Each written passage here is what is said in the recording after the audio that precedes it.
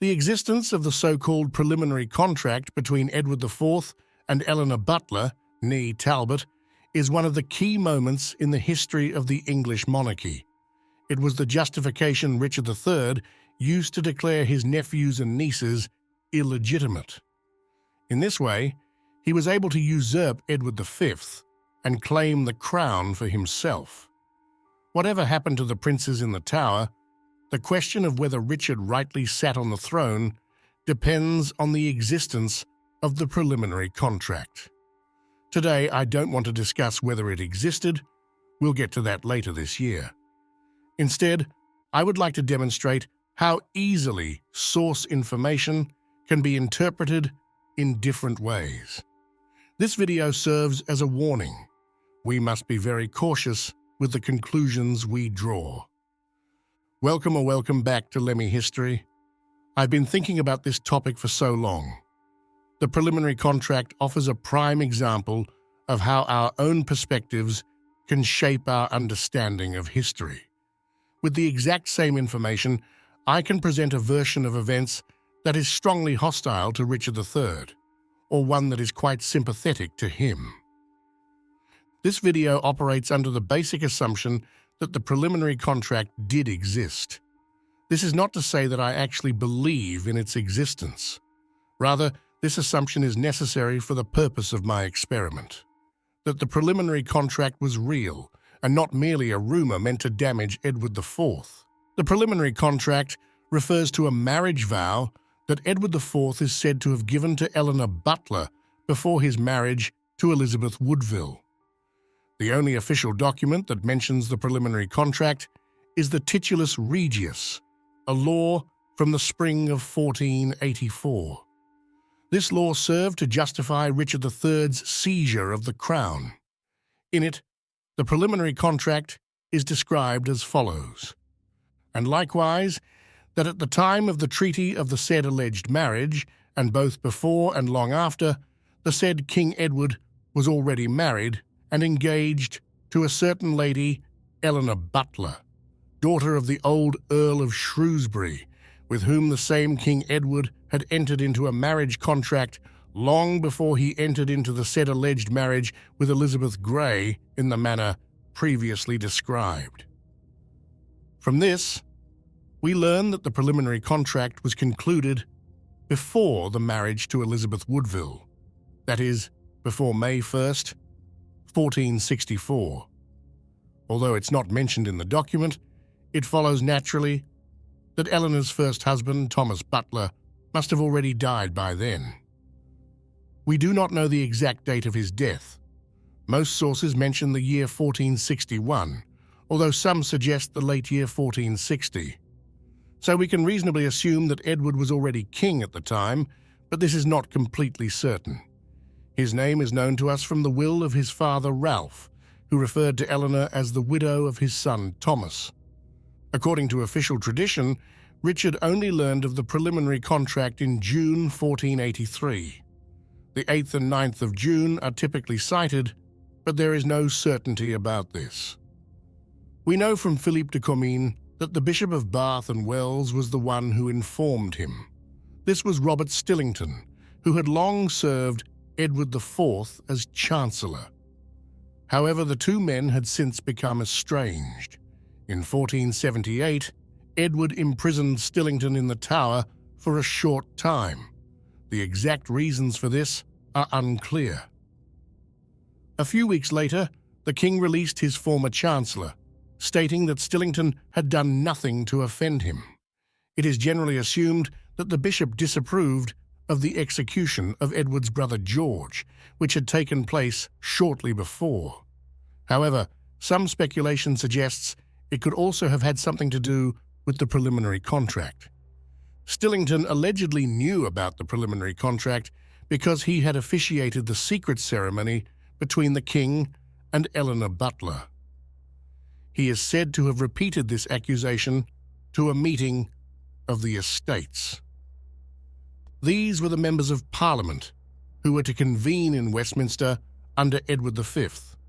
Since Parliament had not yet been formally opened, they could not meet, in an official capacity and gathered only as an assembly of the estates.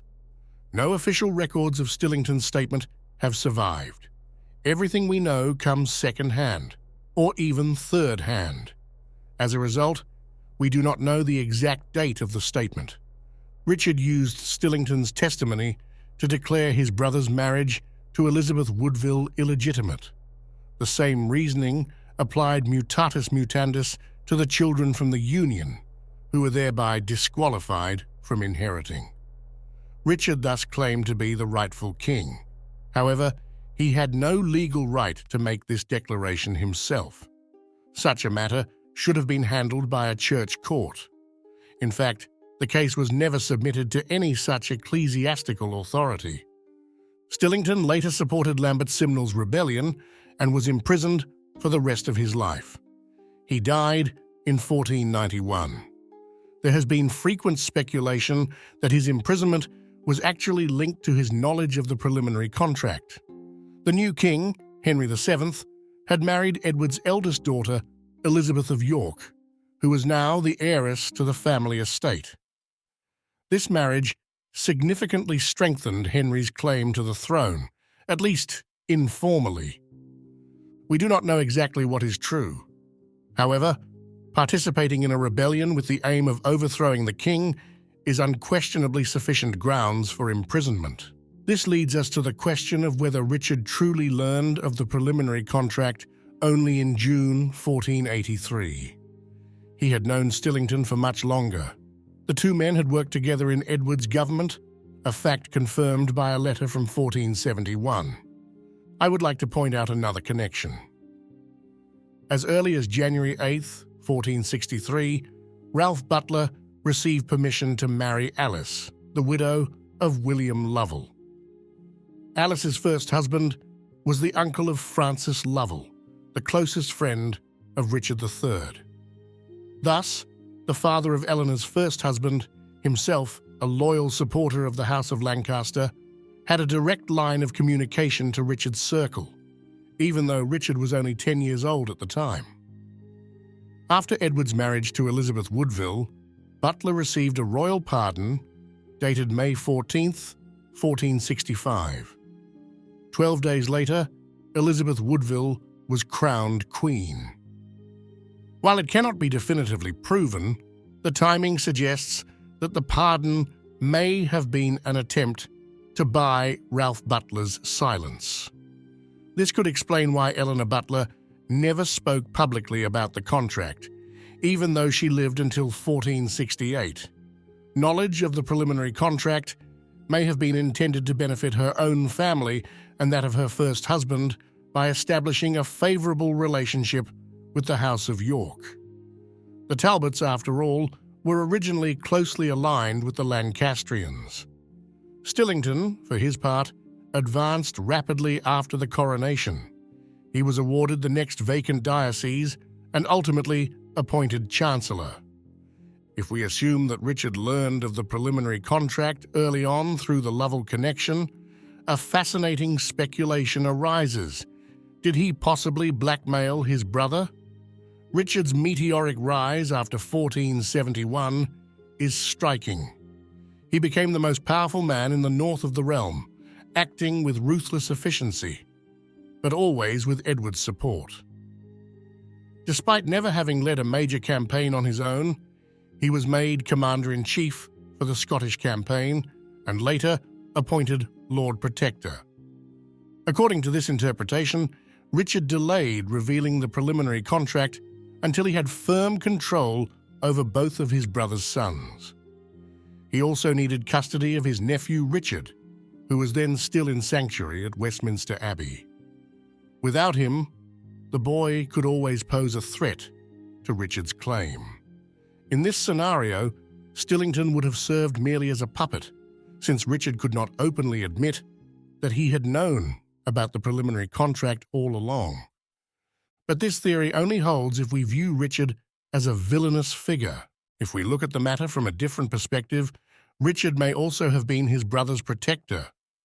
He may have understood the explosive implications of the preliminary contract and chosen to support the king rather than use that knowledge against him. The betrayal by George and Warwick had already demonstrated that Edward IV had enemies desperate to find a way to eliminate him. It is unclear whether George actually knew about the preliminary contract. For his purposes during the rebellion around 1470, this information would have been of limited use, since George intended to replace Edward. The preliminary contract did not challenge the king's own legitimacy and thus would not have served George's ends. Returning to Richard, he may have sought power in order to protect Edward as effectively as possible.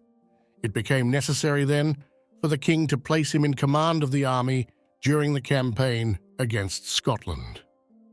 Had the armed forces fallen into the wrong hands, the consequences could have been disastrous. Richard swore allegiance to his nephew multiple times. If we are to believe that these oaths were sincere, then perhaps he had intended to take the secret of the preliminary contract to his grave. However, once he realized that the Woodvilles were consolidating power, he may have felt forced to reveal it. In doing so, he also had to eliminate the leading figures of the Woodville family, knowing they would likely strike against him if they discovered that he held such knowledge. According to Mancini, even before George's execution, Elizabeth Woodville understood that she was not recognized as the legitimate queen. Ricardian scholars have often interpreted this to suggest that the queen herself was aware of the preliminary contract. If that were the case, the Woodville faction would have realized that once Edward died, everyone who knew of the contract would pose a threat, and therefore had to be silenced. According to this interpretation, Richard may have genuinely fought for his nephew's crown and for the rights of his brother's other children. However, he failed to fully separate them from their loyalty to the Woodville family. Elizabeth Woodville eventually accepted a reconciliation with Richard in 1484 and never spoke out publicly, even after Henry VII had ruled for many years. We can see that how we perceive a person fundamentally influences how we interpret their behavior. This is not necessarily a problem as long as we are aware that we are doing it. This is the well-known phenomenon of confirmation bias. That is why I cannot say with certainty what is true in this case. Personally, I am convinced that Richard was at least familiar with the rumors well before June 1484. The story of Eleanor Butler bears a striking resemblance to that of Elizabeth Woodville. It is difficult to believe that Richard, knowing his brother's well-documented indulgence in physical pleasures, would not have considered the possibility that Edward had promised marriage to more than one woman in order to pursue intimacy. None of this proves that the preliminary contract actually existed. That too would be an interpretation shaped by personal perception. In this case, the belief that Edward IV was the kind of man who would engage in such behavior. For that reason, caution remains essential. Thanks for watching. Please like and subscribe.